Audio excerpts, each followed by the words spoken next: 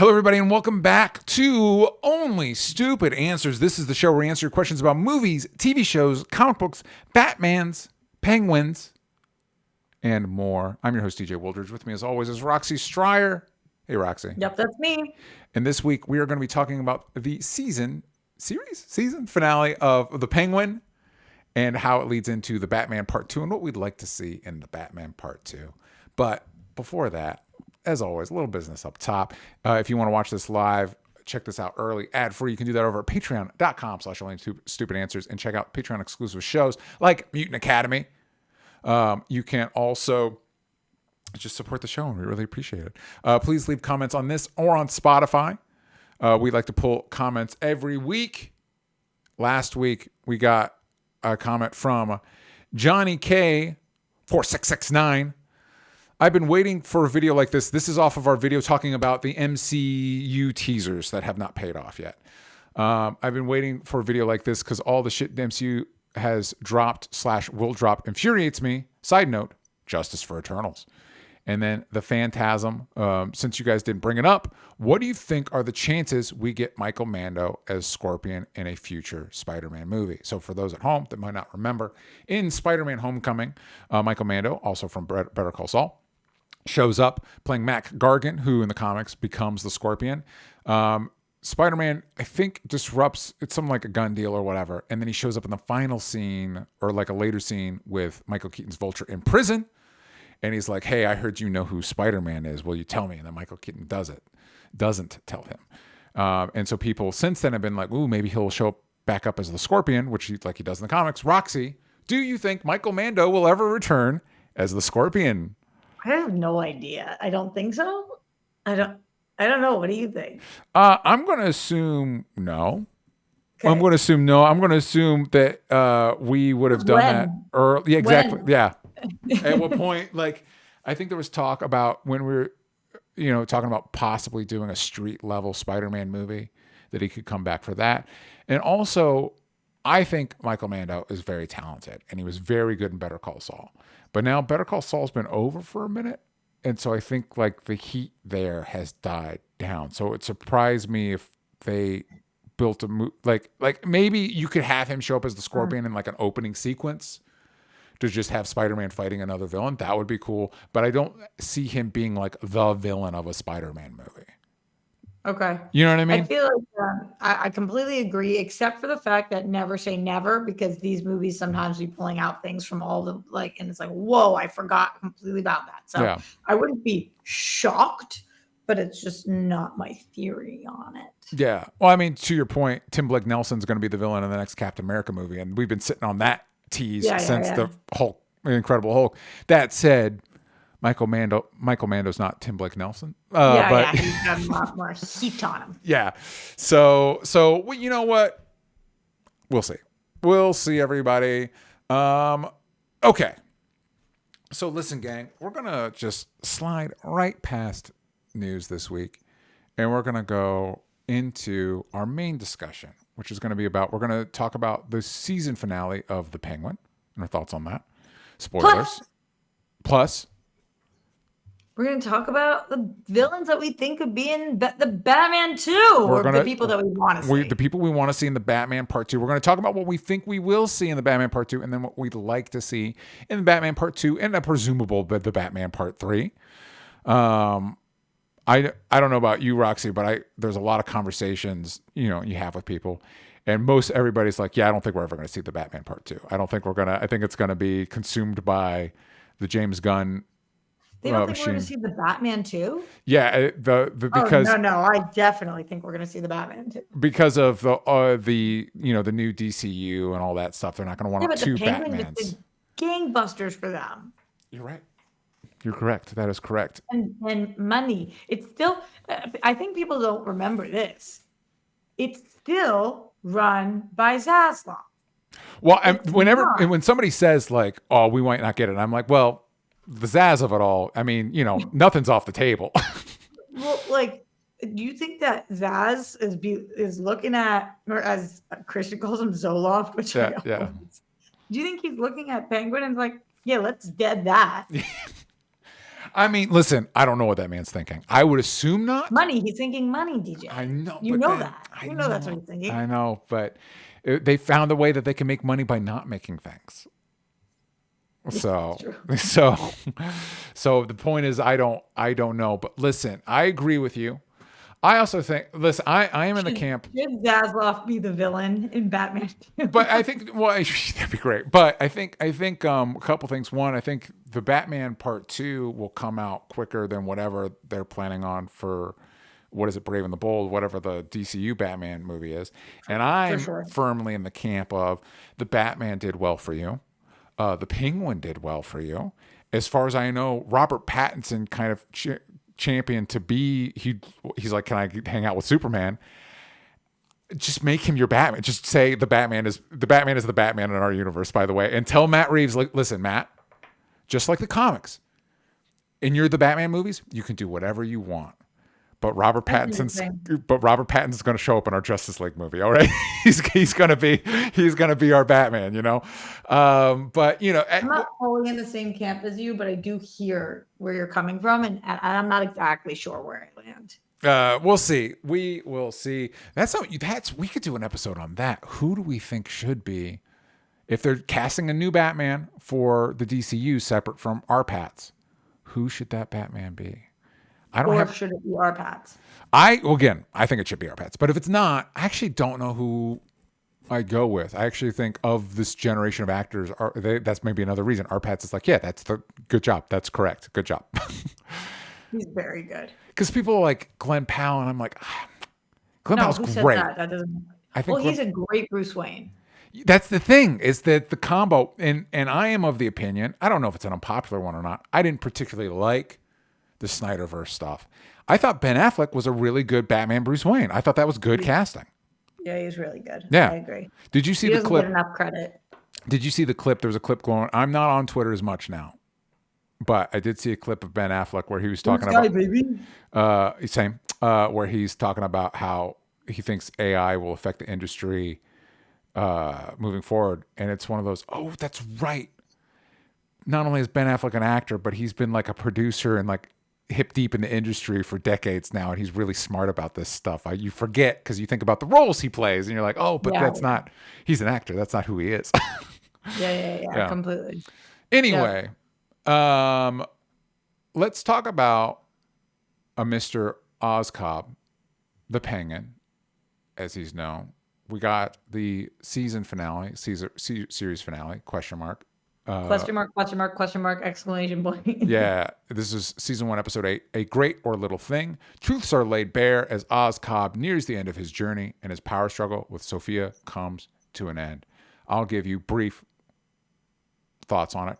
I have never in my entire life wanted to see Batman put somebody in a headlock more than at the end of the Penguin. Like this, this was a whole exercise to be like, you know, there's a lot of questions on, is a Batman type character necessary? You know, that stuff. It's like, we're going to make you just root for Batman more than you've ever have in your entire life. That good mission accomplished, because spoilers for that show. And by the way, this was such a smart decision. The last line of the last episode is a woman, and there's a lot going on in that scene. We'll unpack it later, but the line is, "There's nobody to stand in your way," this lady says to Oz. And outside the window, the bat signal goes up.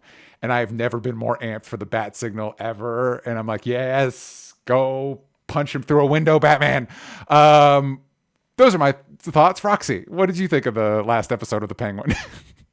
It's obviously heartbreaking. Yeah. You know, I thought they did such an amazing job with the show, but the ending is so powerful because we had a lot of different directions we could go in with this, right? Like, you don't think his sidekick and his mommy are both going to make it out of this alive, right? Yeah. Like, for a few episodes, or not only just the two of them, but also his number one nemesis. Yes. You know, like, of the three of them, it was kind of like, all right, maybe somebody's going to die, and I'm not exactly sure. Is that going to be Vic? Is it going to be Sophia? Is it going to be Mom? And you're kind of going back and forth in your head. But I had this eating thought the whole time.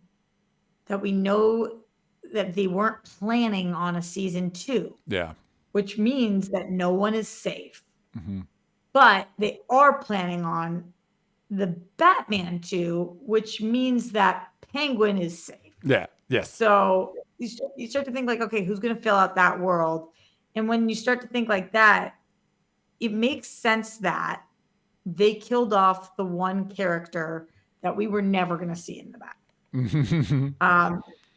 And in the most heartbreaking way. But I think that when it comes to Sophia, it's really smart to put her back in Arkham. The Selena Kyle stuff was really smart. Yeah. I've to talk about things that we're excited for. I've never been more excited for a team up ever in my life than watching Selena come get her and just like somehow, some way, give the comeuppance to Penguin that he deserves. But I thought that was really cool. And I also think it was really smart to keep the mom in that state because we've seen that the only somewhat close to vulnerability that Penguin has is his mom. Yeah. And so you kill her off and he has quite literally nothing. Yeah. You keep her in this state and it is 10 times more disturbing. The Eve stuff was so disturbing. Yeah. They're really smart. I just think that they absolutely nailed this. Would I want to see a season 2? Yes, but not really until after the Batman 2, which makes me wonder whether there could possibly be a season 2 of the Penguin. Yeah, were we going to get it like 2-3 years later or something like that? Like, what this kind of made me want more because you're right. This is going to continue into the Batman Part 2. And I feel like the intent, I don't know if I've heard this or I'm just kind of intuiting. I feel like the intent, which is often with these franchises, to make a trilogy. And I do kind of like the implication that, because I think Colin Farrell did an interview where he's like, I'm in like 7 or 8 scenes in the Batman Part 2, which sounds similar to the Batman Part 1. And it's like, it would be interesting if this trilogy is all built around, like Penguin is like a bit player of the first 2 movies. And then he's kind of like the last thing we need to wrap up. Whether he's the main villain in the third one or not, the last thing we need to wrap up is the Penguin. That's what we've been building, and I do think they hit the tragedy right on the head. You talking about it being a tragedy? I think this show executed that well because what was the one thing the mom said? She was like, "Don't let me be a vegetable. Don't. If I get in that state, don't keep me around." And so now it is unclear how catatonic she is, but she's on some level of catatonic. Did that one. God damn it. And it felt like a Shakespeare play ending, honestly. Yeah. With all the bits and pieces that were going around. And but also somehow we feel bad for her because he is letting her be in this catatonic state. Yeah. However, it's hard to feel bad for somebody who we find out that she knows what he did. Yeah. And she was like, well, in her defense, it is her son. It is her son.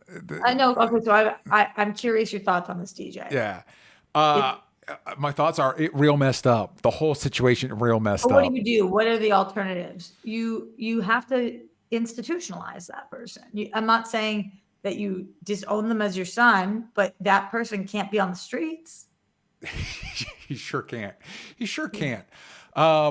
And to that point, so what Roxy's talking about, if people haven't watched the show, is in a previous episode, we learned that Oz was responsible for the death of his brothers. And what we learned is that her other 2 sons. Her other 2 sons. And what we learned is Frances was aware of it. In the final episode, she was going to have the pretty notable gangster take care of it, which I actually thought was great because the one person Oz seems to admire beyond his mom was this one gangster who was the guy that was going to kill him. And she opts not to for reasons that are not entirely spelled out. Part of it is her son. Part of it is because the Rex Calabrese, the gangster, is like, I don't know, this guy like that, he could be useful. He could make us money and stuff like that. So it could be more selfish than that, which is just like... Her interview afterwards, which was really cool, was her saying like 9 out of 10 times, I think that I would have chose to kill him. Yeah. But in that one moment, when he says like, I want to take care of you. Yeah. She sees a life with or without him and just for some reason leans towards the life with him. Yeah. And I think does she say that in the interview, or do they say it in the show where it just kind of, she makes that decision and then she kind of just keeps making that decision, and then it's kind of a momentum thing of like, I guess this is life now. I guess this is, which I think was smart. It was a good show. It's a good show. So good. But what this results in is he realizes that caring about people, which one could argue, is the Penguin ever really, has this version of Oz ever really cared about somebody? Dude, I love when Sophia says that to him. She's like, you think you even care about your mom, and you were willing to have her finger chopped off because you just couldn't tell her the truth. Yeah. It's like, you don't care about her as much as you think, and I completely agree. Yeah.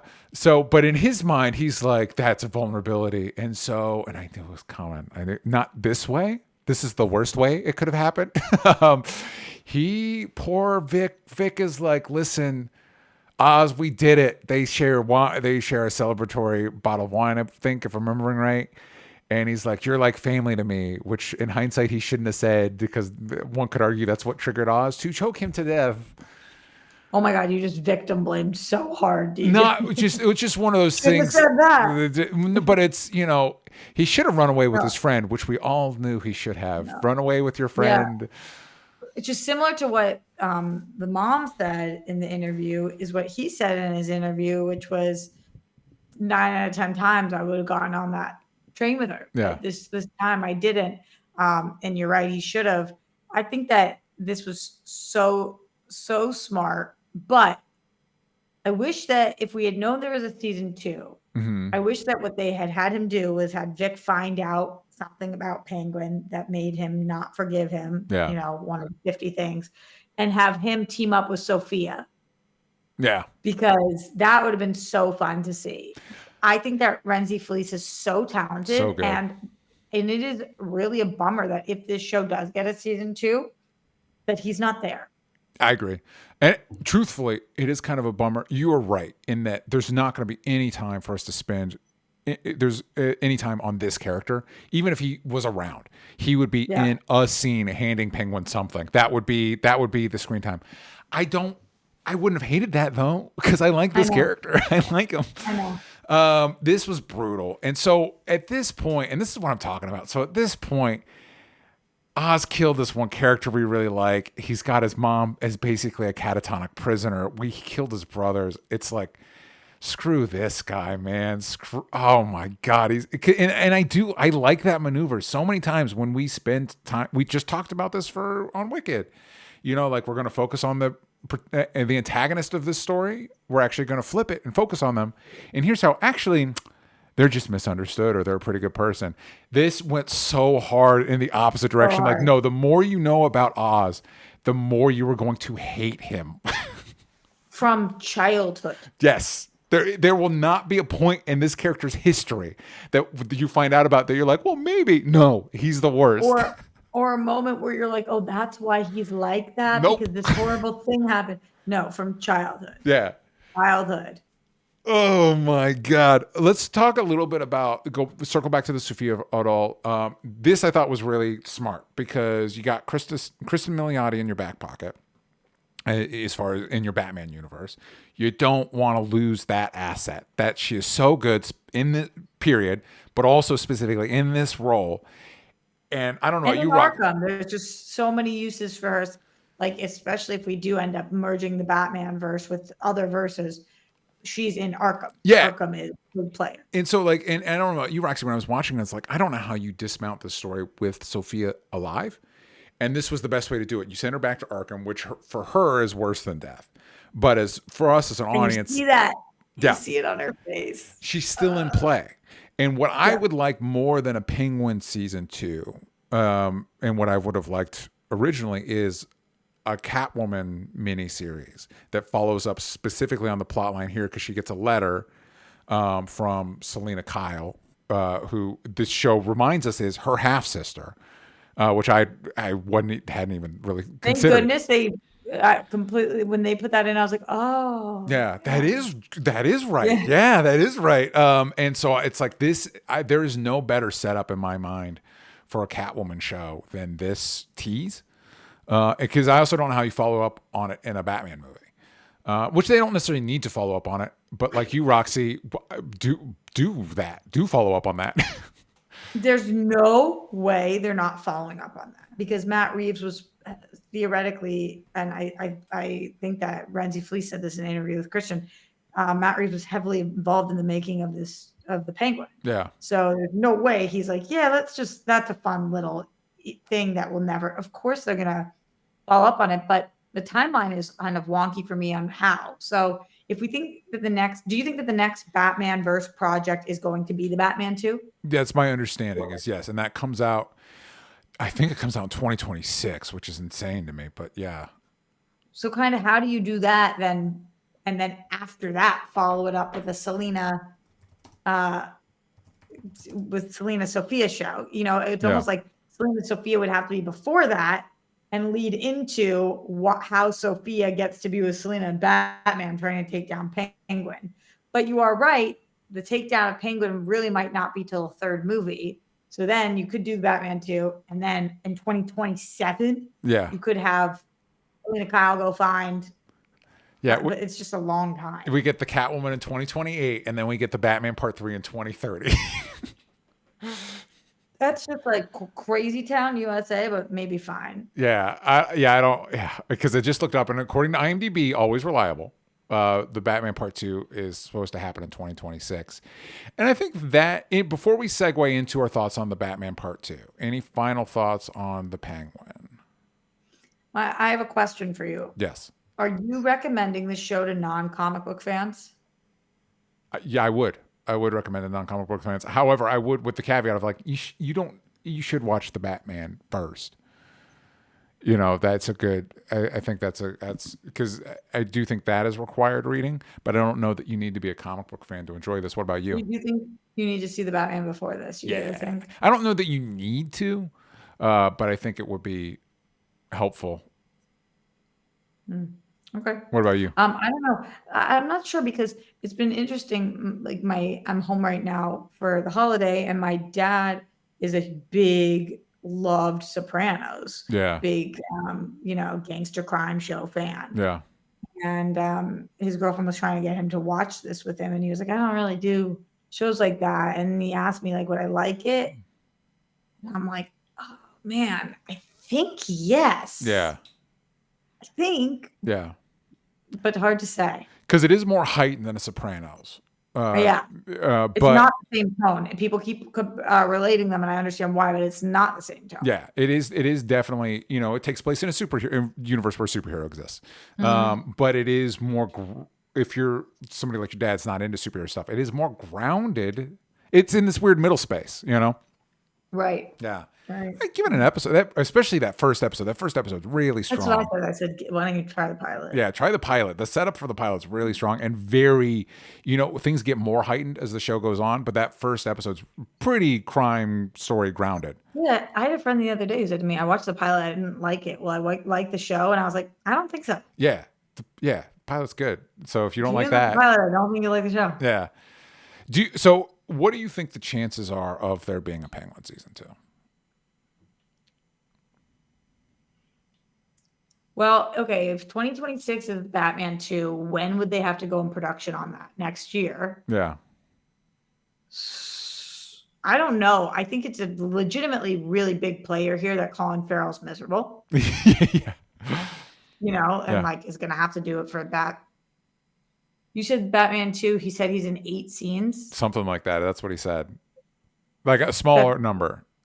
Is that just based on a script that he read? I would guess so, yeah. Because they haven't shot anything for that, right? Not that I know of. I just can't imagine. I mean, to be in 10 more episodes of The Penguin 2 before then. Yeah. Mm-hmm. But I also money, so maybe after that. Yeah. I would say there's a 60% chance that we get a Penguin 2. Okay. What about you? I think it's hard for me to parse this out from what I want. I feel like it would be challenging, especially since my understanding is the Penguin's supposed to lead directly into, the show ends in winter. From what I understand, Batman 2 is supposed to take place in the same winter.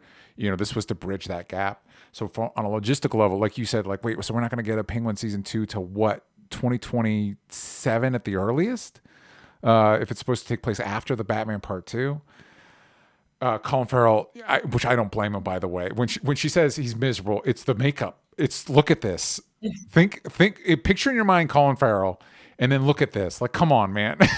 I mean, I think they say it's 5 hours a day to apply, which I think people don't realize too. Like, then you still usually then will have like a 12-hour shoot day. Yeah. It's your turnaround time that gets really fucked. Yeah. So they even talked about that for Wicked, which we talked about in a previous episode. But specifically for Alphaba, she was home for 5 hours a night for almost a year of her life. Yeah. There was only like 5 hours between when she wrapped and when she needed to be back for hair and makeup. And so, yeah, of course, like it's not like, oh, suck it up, you're an actor. Like Colin Farrell is miserable and he's claustrophobic under there. Yeah.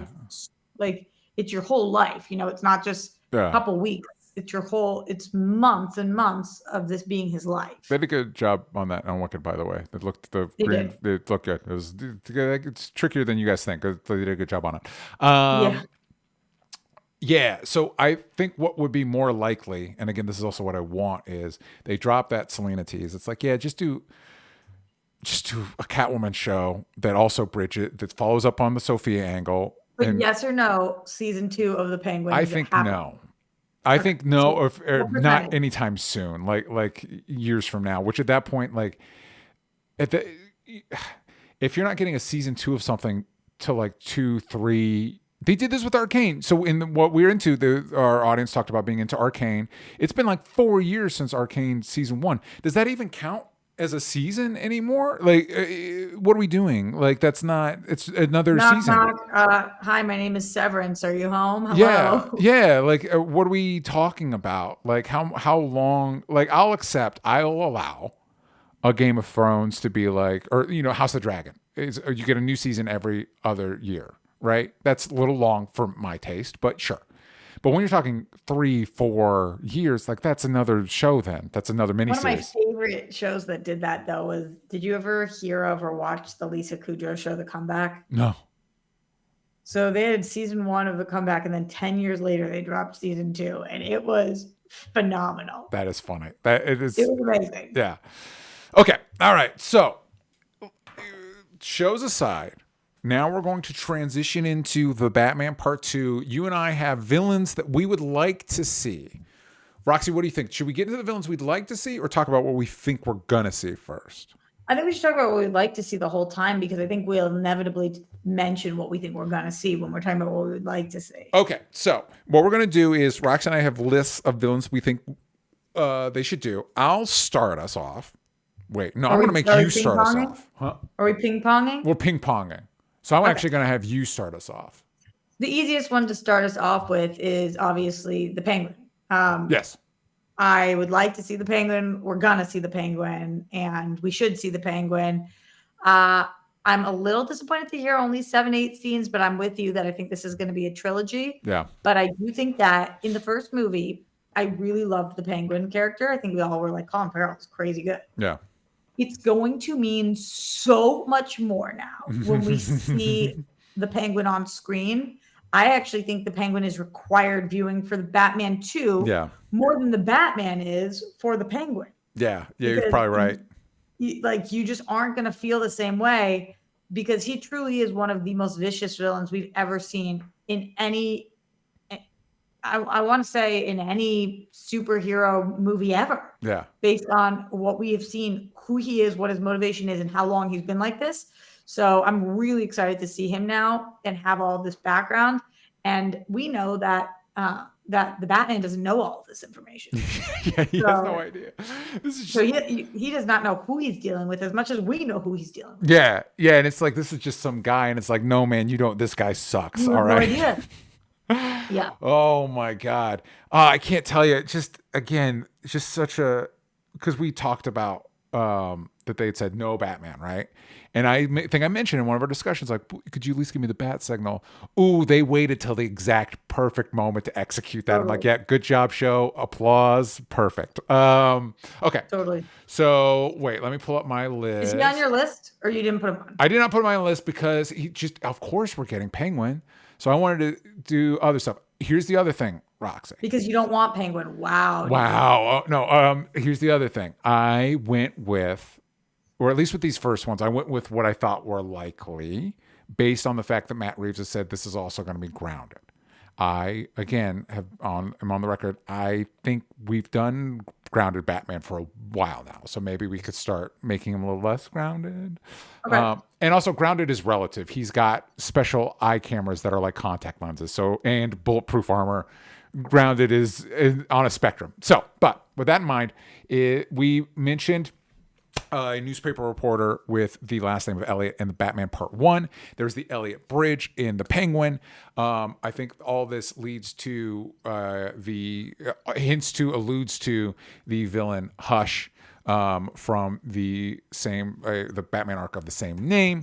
He's a more recent character. His name is Thomas Elliot.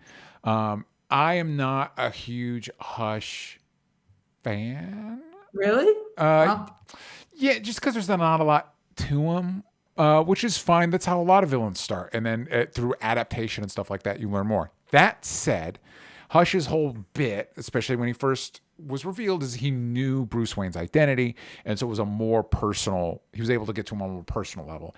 And I do think that is, I'm a little worried going into Batman 2 that it's like, is it just going to be another heightened murder mystery? Like, is it going to be just another riff on Seven or Zodiac? Yeah, you can't do like that. I really like Hush a lot, actually. And what was the animated movie that had Hush? Was it just called Hush? I think so. Yeah. That I thought that they did a great job with it, but I know that my one concern here is they kind of almost did Hush a little bit last in the first one, to the point where I thought, because they set up the backstory like Thomas Wayne got who we know was Hush's dad killed, and to your point, Roxy, I kind of thought the reveal was you guys thought this was Riddler. It's actually Hush. I thought that's what we're doing. Right. Yeah. Which actually I'm not entirely positive that isn't what they did. Like maybe that is what the Riddler transfers into, because there have been a couple different iterations of Hush. Yeah. I'm not sure. But I do think it would be cool. And I think that especially comic book nerds would be so excited to see. I think what can make it work is if it is a more personal,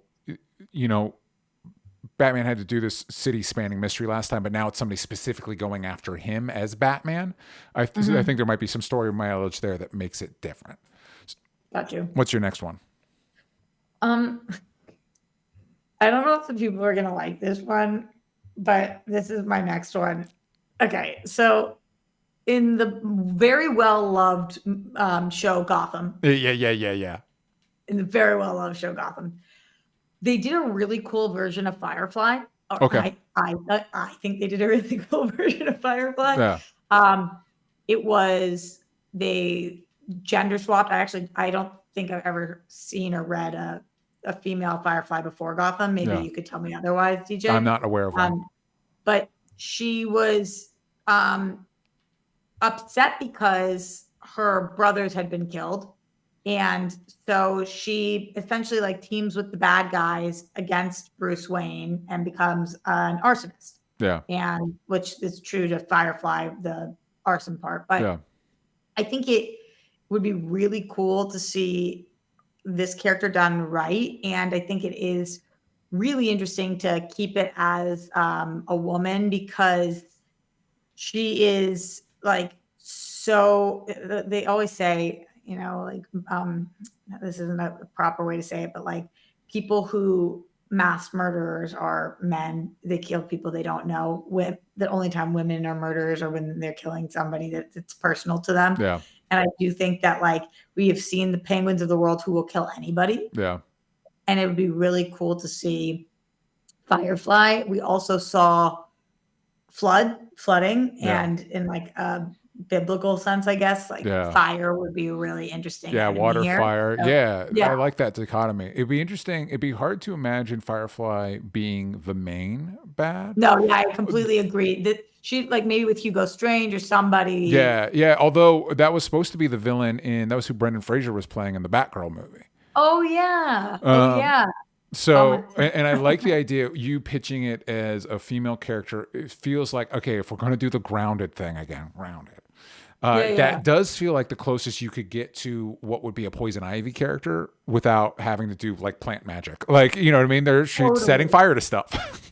Yeah, and I don't know, like maybe she is maybe her anger is going in the wrong direction and she believes that Batman is partially responsible for the flooding. Maybe the flooding is what killed a couple of her family members. Maybe she's coming after him now.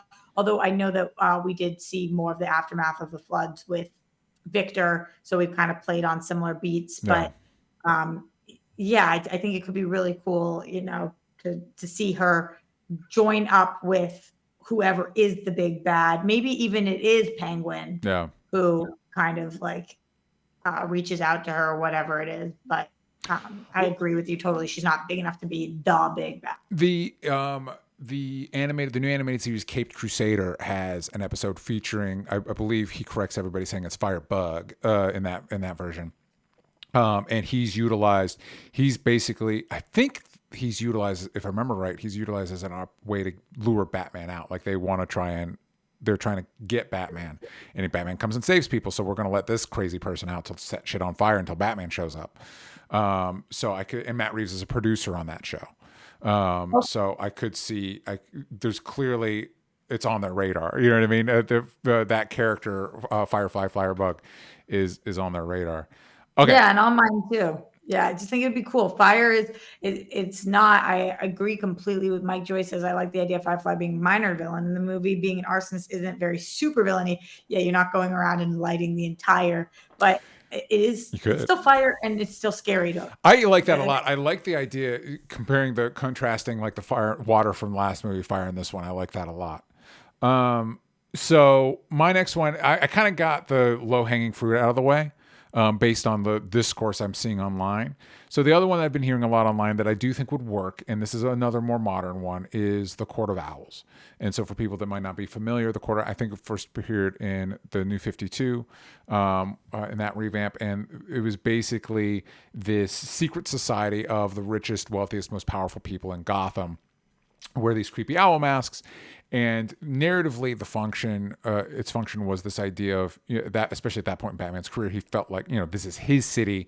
He knows it inside and out. And so to discover that there's this secret cabal operating under the surface without him knowing about it really shook up his world.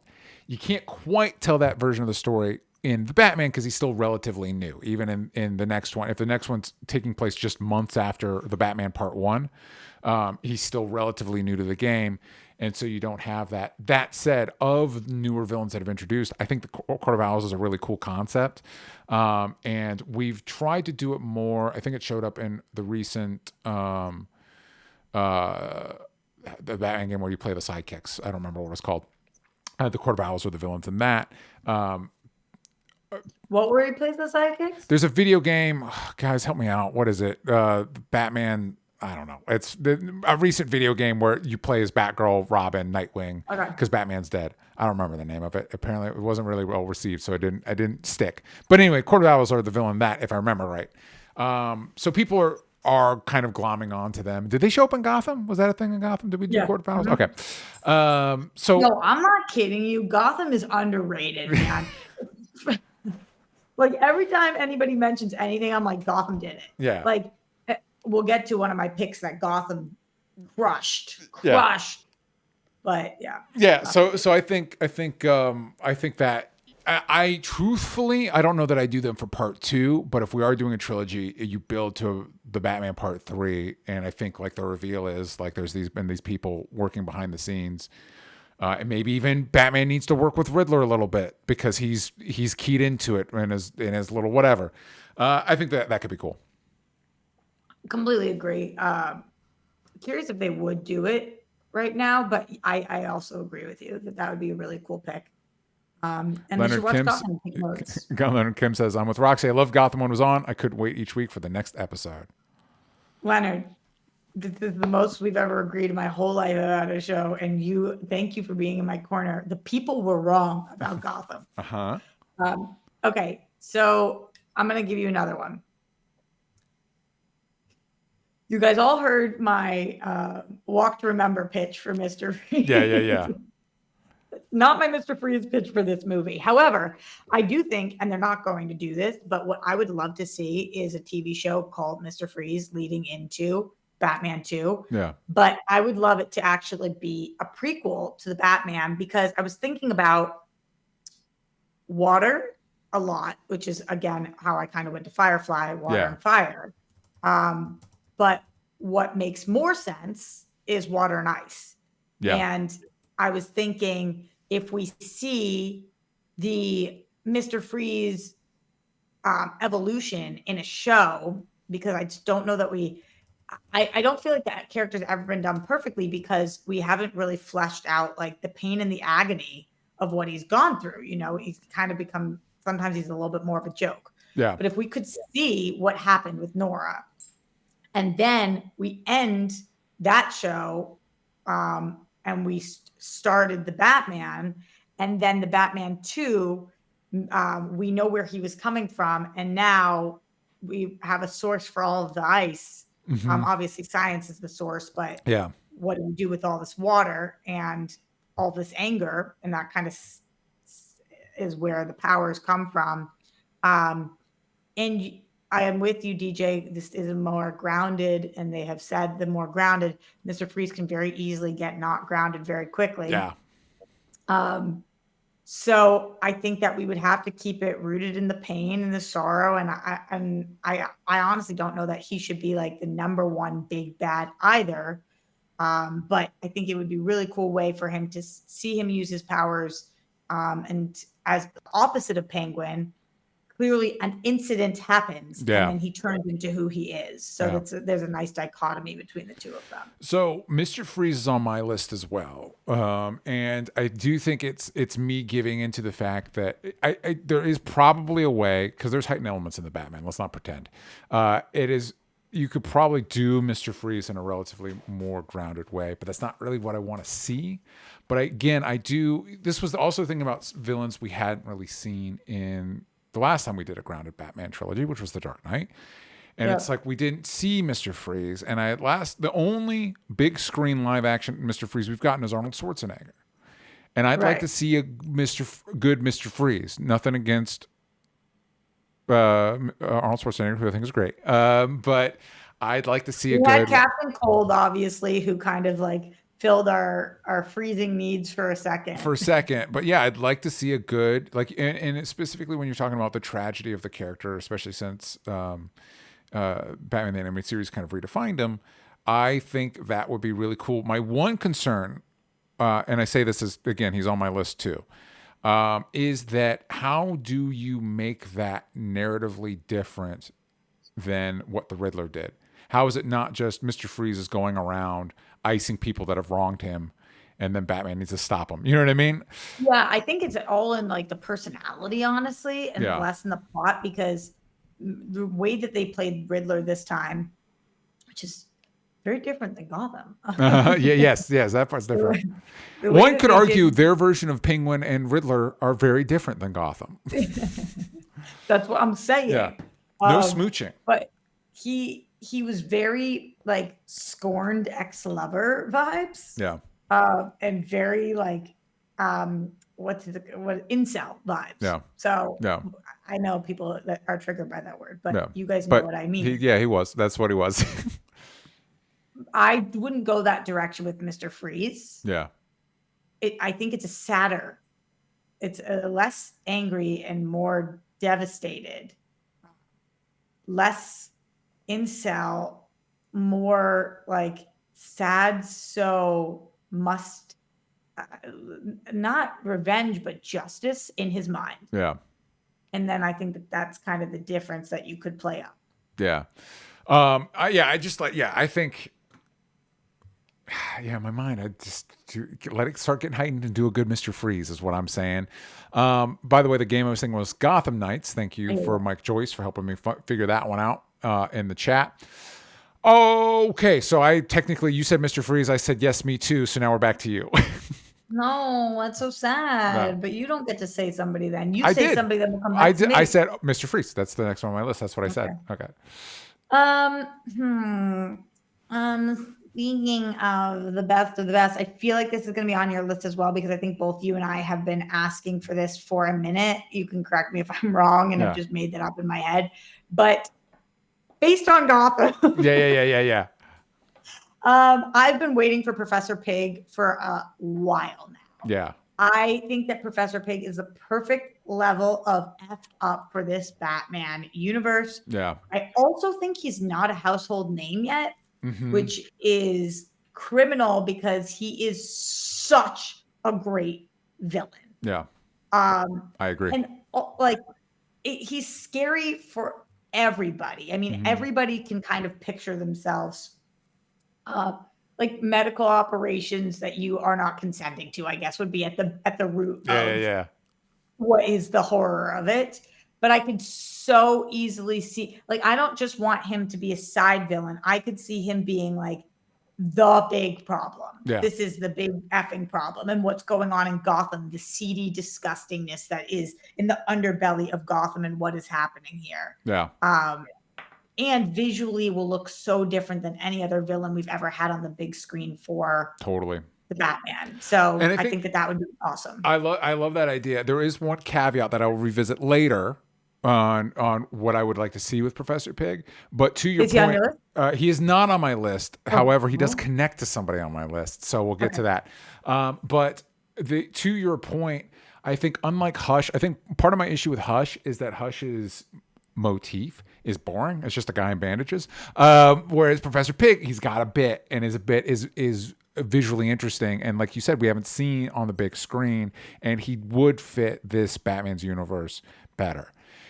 Okay, so again, going back to my stuff, I'm in a mindset of like, okay, what's relatively grounded that we haven't seen in a Batman movie because I want to do different stuff.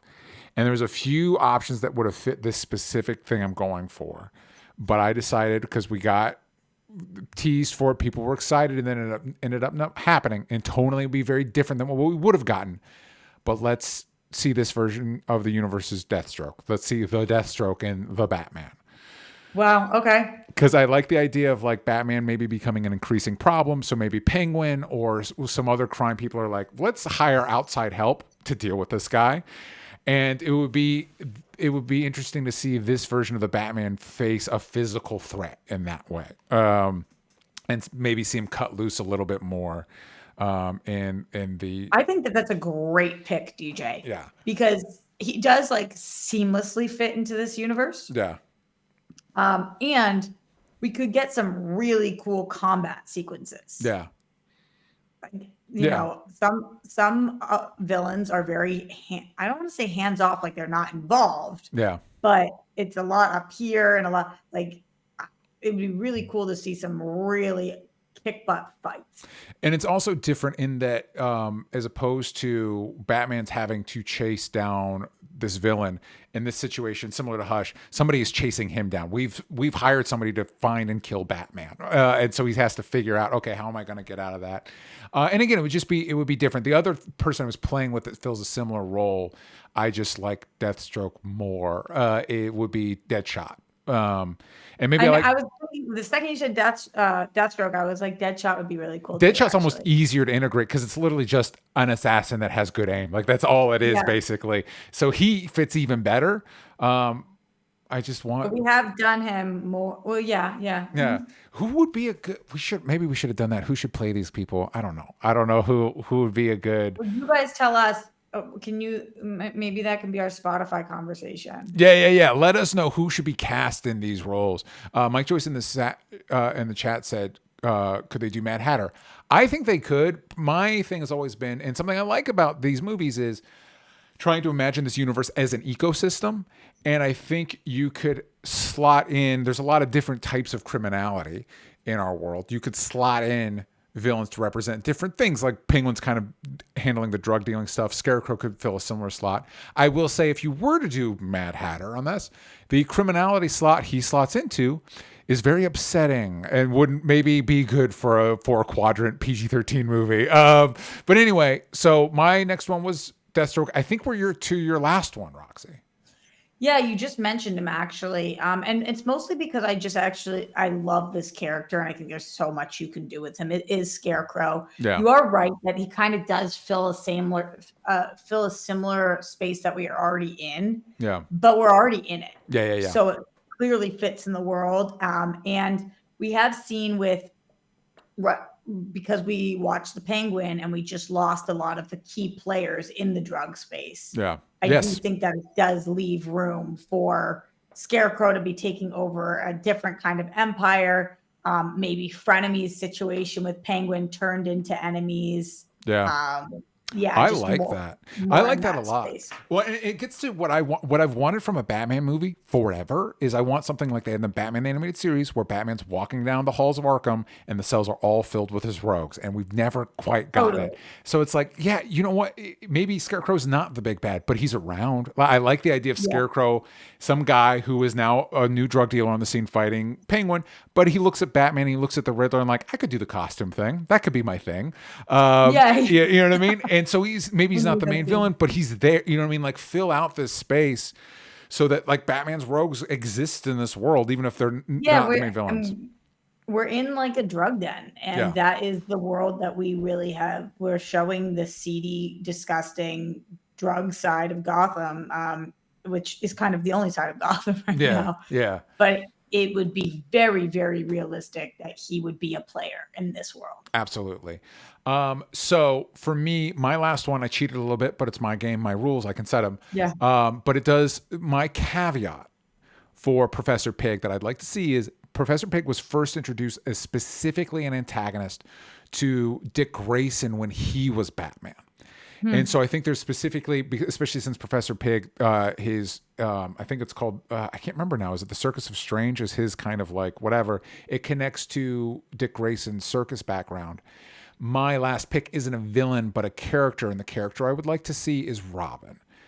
Every time we do one of these Wait, that is a whole cheat. It's a cheat. I cheated. I cheated. You literally just picked a hero. Yeah, I know. But if you're going to do Professor Pig, I think Professor Pig should be the villain in a movie where you introduce Robin, and so you connect it. So to your Professor Pig thing, he could be stealing up orphans, and that's how Batman connects with Dick Grayson, Jason Todd, Tim Drake. Pick one.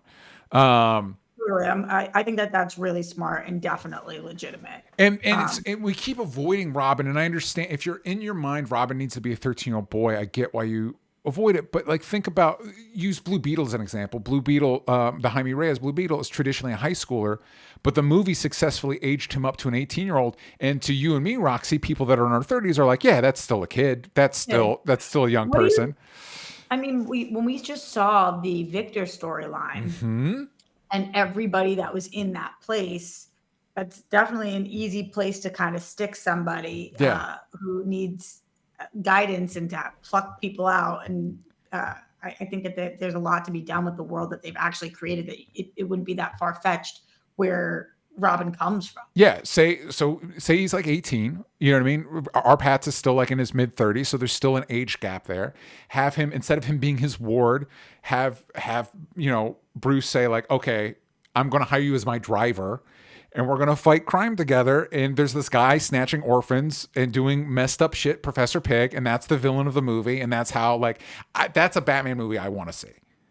Yeah, I totally hear that. I'm kind of curious if they're going to do that. Because have we heard anything about a mention of Robin? No, and I just feel like for some reason, filmmakers are so nervous about doing Robin. Yeah, they think he's goofy, and it's so weird. It's like that's such a antiquated you can have a goofy Robin, but it's not required. It doesn't have to be that way. Yeah, you could just and I just don't know why we're so. And to me, Robin's so vital to the Batman story, and we keep avoiding it. And again, it goes back to stuff we haven't done. So we asked in the Discord what you guys would like to see. Here's what I got, Roxy. Austin A, Freeze or Ivy. I want him to face something super powered that is out of his wheelhouse. But if they are set on more grounded Batverse, I guess Hush. Kraken, Man, please. I love Ivy so much. I have I'm obsessed with her. But I just couldn't.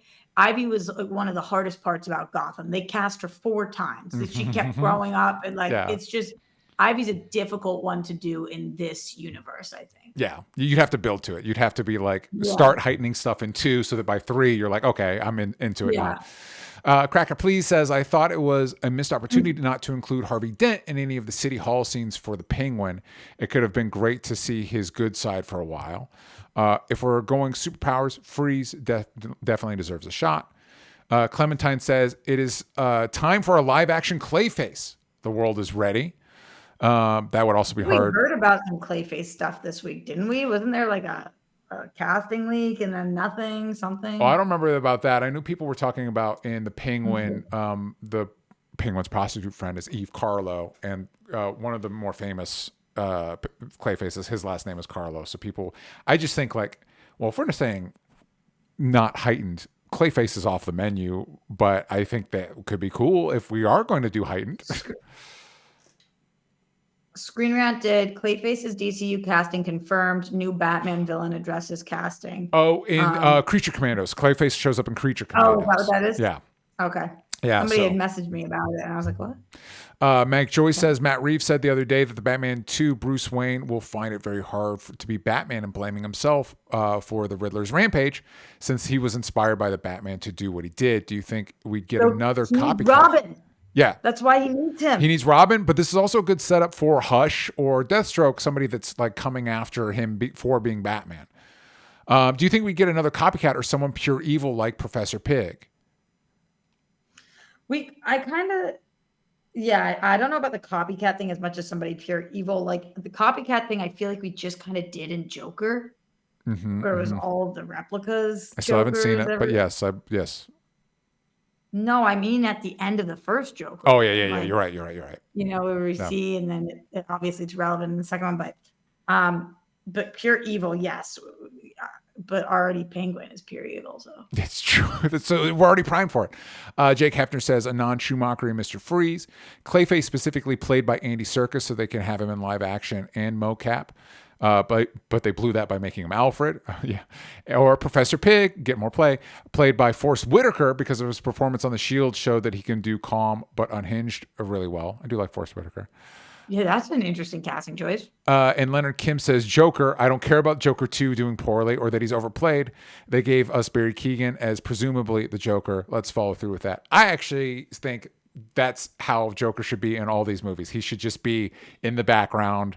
He exists in this universe. Maybe we open a movie where Batman's taking him down, but he's never the main guy. Who said this comment? Leonard Kim. Oh, Leonard Kim. Okay, here we go. I'm so with you again. Let's go, Leonard Kim. We're here today. Leonard Kim, I think that I love Barry. I love the Joker. He's never going to be played out for me. I think he's always going to be the best villain. I'm hoping that he takes over 3. I don't want to see him as the big bad in 2. Yeah. I think it's really a tough act to follow.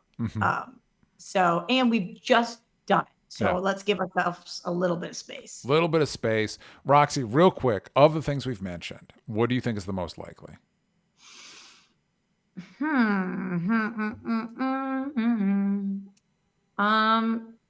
I don't know. What do you think is the most likely? I think something like Hush, maybe.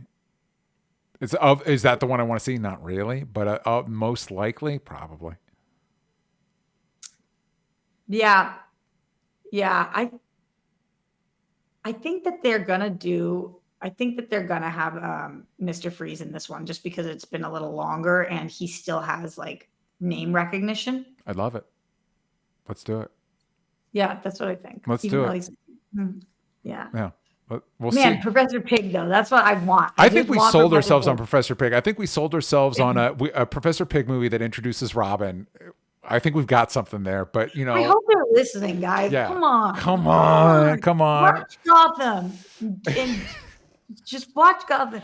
People in the chat, you mentioned Mad Hatter. Mike, you want Mad Hatter? Watch Gotham. Roxy, before we go, where can the kids find what you're working on? Watching Gotham. That's where you can find me. No, I am really excited to say that Crust had some technical difficulties getting on streamers. So it was available last week on Fandango now, but is officially available on Amazon, which is much easier for the people. So as of yesterday, It dropped on Amazon, so you can watch it. You can rent it. You don't have to buy it, although you can and you should. But you can rent this. I think it's like $3.99 or something. Yeah. And you'll see my little face. I have a bit role in it, but it was awesome to be on set, and they did a great job with the movie. So please check it out. And then I'm at Roxy Stryer. Check all that out. You can find me at DJ Talks Trash everywhere that matters. You can follow this show everywhere that matters at Only Stupid Answers. But I get Twitter on. We created a routine on Twitter/X. Yank out the vowels from stupid. Maybe I can yank the vowels out of stupid on Blue Sky. We'll look into that. I was just thinking, I wish I could yank the stupid out of Twitter. Yeah. Well, good luck with that. And we thank you for everybody that joined us. We'll see you all next time. Bye, everybody.